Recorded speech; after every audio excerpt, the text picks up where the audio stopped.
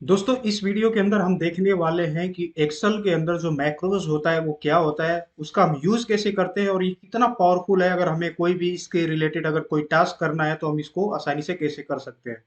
तो चलिए इस वीडियो को शुरू करते हैं और सीखते हैं सबसे पहले कि मैक्रोज होता क्या है। तो यहाँ पे एक्सेल के अंदर मैक्रोज एक तरीके से बहुत ही ज्यादा पावरफुल टूल है, जिसको हम एक तरीके से बोल सकते हैं कि ये चीजों को ऑटोमेट कर देता है। यानी कि अगर मान लीजिए आपने सेम काम कई बार अगर रिपीट कराना है, जैसे कि यहाँ पे एक एक्सेल की अगर हम बात कर लें, तो इस एक्सेल के अंदर कुछ डेटा लिखे हुए हैं। तो जैसे कि मान लीजिए आपके पास कुछ ऑलरेडी किसी क्लाइंट की साइड से कोई टेक्स्ट फॉर्मेट आ रहा है, जिसको आपको बार बार एक्सेल के अंदर लाना होता है, कुछ फॉर्मेटिंग करना होता है, फिर उसके ऊपर कुछ अप्लाई वगैरह करना होता है। वो सारा कुछ आप करते हैं। अगर वो मान लीजिए हर बार वो फाइल आ रही होती है, कई दिनों से आ रही है, आपको पता है कि ये काम मुझे बार बार रिपीट करना पड़ता है, इसको मैं कई बार कर चुका हूँ ऑलरेडी और फिर भी मुझे ये करना पड़ता है। तो इसी चीज को यहाँ पे हम एक्सेल के अंदर मैक्रोज की हेल्प से उसको क्या कर सकते हैं, हम एक तरीके से ऑटोमेट कर सकते हैं। यानी कि एक बार हम उन चीजों को लिख के रख देंगे और अगली बार से जब भी कोई फाइल हमारे सामने आएगी वही सेम टाइप की, तो उस फाइल को हम सिंगल एक क्लिक की हेल्प से उस सारे टास्क को जो हम आज तक करते आ रहे थे, यानी कि बार बार जिस टास्क को हम करते हुए आ रहे थे उसको सिर्फ एक क्लिक के अंदर हम कर सकते हैं। तो यही एक पावरफुल यहाँ पे टूल है एक्सेल के अंदर, माइक्रोसॉफ्ट एक्सेल के अंदर, ये मैक्रोज का। तो यहाँ पे मैक्रोज सबसे पहले हमें ये देखना होता है कि इनेबल कहाँ से करते हैं। अब जैसे मान लीजिए यहाँ पे जो डिफॉल्ट में माइक्रोसॉफ्ट एक्सेल के अंदर होता क्या है, डिफॉल्ट के अंदर तो ये इनेबल नहीं रहता है मैक्रोज, इसको हमें यहाँ पे इनेबल करना पड़ता है। और आपको मैं यहाँ पे मैक्रोज के लिए बता दूं कि ये बहुत ही ज्यादा एक तरीके से पावरफुल टूल है। अगर आपको मान लीजिए वीवीए स्क्रिप्ट या विजुअल बेसिक अगर आपको आती है तो इसके अंदर अनगिनत चीजें आप कर सकते हैं। इवन जैसे आप प्रोग्रामिंग करते हैं किसी भी लैंग्वेज के अंदर, सी शार्प हो गया, सी प्लस प्लस, सी, या जो सारे लैंग्वेज हो गए, अगर उसमें आप प्रोग्रामिंग करते हैं, ऐसे ही अगर आपकी विजुअल बेसिक जो प्रोग्रामिंग अगर वो आपकी अच्छी है, तो यहाँ पे एक्सेल के अंदर आप बहुत सारी चीजें आसानी से कर सकते हैं। तो खैर अगर आपको विजुअल बेसिक के बारे में भी नहीं पता तो हम यहाँ पे थोड़ा बहुत उसका भी देखेंगे, जिससे आपका काम यहाँ पे आसानी से हो जाए, डेली नीड्स के जो वर्क है वो आप आसानी से कर सके। तो यहाँ पे सबसे पहले हमने मैक्रोज को अगर इनेबल करना है तो यहाँ पे देख सकते हैं इतने सारे टैब यहाँ पे अवेलेबल है, जैसे कि file, insert, page layout, formulas, ये सारे यहाँ पे टैब्स अवेलेबल है। यहाँ पे मैक्रोज इनेबल करने के लिए हमें चाहिए होता है डेवलपर टैब का इनेबल होना। तो अभी आप इसमें देखेंगे कोई भी डेवलपर टैब यहाँ पे इनेबल नहीं है। तो डेवलपर टैब सबसे पहले हमें यहाँ पे शो कराना पड़ेगा इन्हीं टैब के बीच में। तो इसके लिए आपने यहाँ पे क्या करना है, जो फाइल का ऑप्शन है, इस फाइल के ऑप्शन पे आपने क्लिक करना है। तो देखिए जैसे आप क्लिक करेंगे ये सारी चीजें आपके सामने आ जाएगी और नीचे सबसे लास्ट में आप जाएंगे एकदम नीचे साइड में, तो यहाँ पे आपको दिखेगा ऑप्शंस।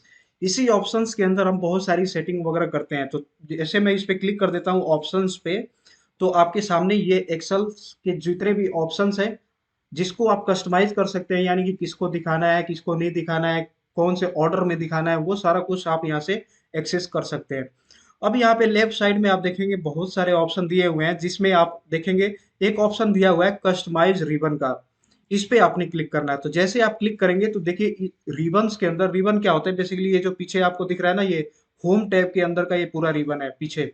ऐसे इंसर्ट टाइप का होगा, पेज लेआउट का होगा, या जितने भी यहाँ पे डेटा रिव्यू और ये सारी चीजें हैं उनका भी एक अलग अलग से यहाँ पे टैब है और उनके अपने रेस्पेक्टिव रीजन है।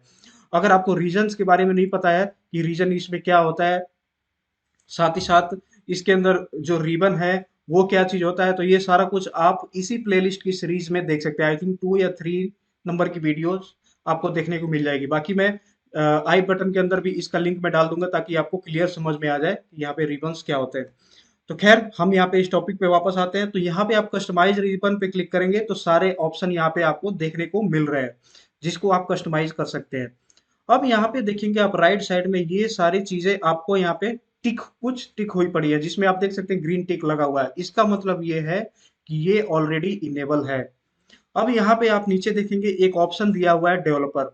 आप देख सकते हैं यहाँ पे डेवलपर का ऑप्शन है जो कि अनचेक है, इसी वजह से यहाँ पे जो टैब है वो दिखाई नहीं दे रहा है डेवलपर का।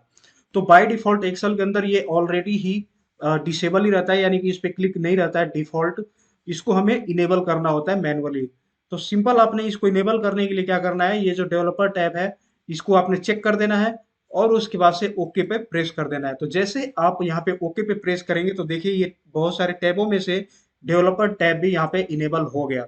अब डेवलपर टैब पे आप क्लिक करेंगे तो अब आप देख सकते हैं यहाँ पे मैक्रोज से रिलेटेड कई सारी चीजें यहाँ पे अवेलेबल है, जैसे रिकॉर्ड करने के लिए जो भी मैक्रोज आपने बनाए हैं उसको देखने के लिए शॉर्टकट भी यहाँ पे दिया हुआ है, अल्ट प्लस F8। फिर विजुअल बेसिक का जैसे मैंने आपको बताया कि विजुअल बेसिक अगर आपको थोड़ी बहुत आती है तो कोड उसके अकॉर्डिंग आप कर सकते हैं यहाँ पे। तो बहुत ही ज्यादा यहाँ पे पावरफुल चीजें आके आगे की जो यहाँ पे 6-7 जो वीडियोज होंगी ये मैक्रोज से रिलेटेड होंगी, और इसके अंदर हम एक से एक चीजें एक्सप्लोर करेंगे जिसको आप यूज करके एक्सेल के अंदर बहुत ही ज्यादा आसानी से किसी भी काम को कर सकते हैं। ठीक है, और ये बहुत कम ही लोगों को पता होता है मैक्रोज वगैरह के बारे में। तो अगर आप ऑफिस वर्क करने वाले अगर आप पर्सन हैं, या फिर अगर आप कोई टीचर हैं, या कुछ कुछ आप ऐसे ट्यूटोरियल वगैरह अगर स्टूडेंट को डिलीवर करते हैं, तो यहाँ पे जो मैक्रोज का वर्क जो आएगा ये बहुत ही ज्यादा यूजफुल आएगा। तो इसको आपको अच्छे से सीख लेना चाहिए। तो ये 6-7 वीडियो जो आगे की रहेगी ये इस चीज को डेडिकेटेड रहेगी। मैक्रोज के बारे में हम पूरा का पूरा यहाँ पे डिटेल में देखेंगे, एक एक उसके जो ऑप्शन है उसको हम चेक करेंगे, साथ ही साथ एग्जाम्पल भी देखेंगे कि कैसे हम इसको यूज कर सकते हैं। तो अभी आपने इसको देखा कि मैक्रोज यहाँ पे एक्सेल के अंदर होता क्या है और इसको हम इनेबल कैसे करते हैं। आगे की वीडियो में मैक्रोज से रिलेटेड और भी यहाँ पे सारी चीजें देखेंगे। तो अगर आपको ये वीडियो समझ में आया तो वीडियो को जरूर लाइक करें, साथ ही साथ चैनल को सब्सक्राइब करें, इससे हमें थोड़ी बहुत मोटिवेशन मिलती है। ये आपके लिए बिल्कुल फ्री है, लेकिन हमें यहाँ पे मोटिवेशन इस चीज से मिलता है, आप लाइक और सब्सक्राइब जब करते हैं तो मिलते हैं आगे की वीडियो में, तब तक के लिए धन्यवाद।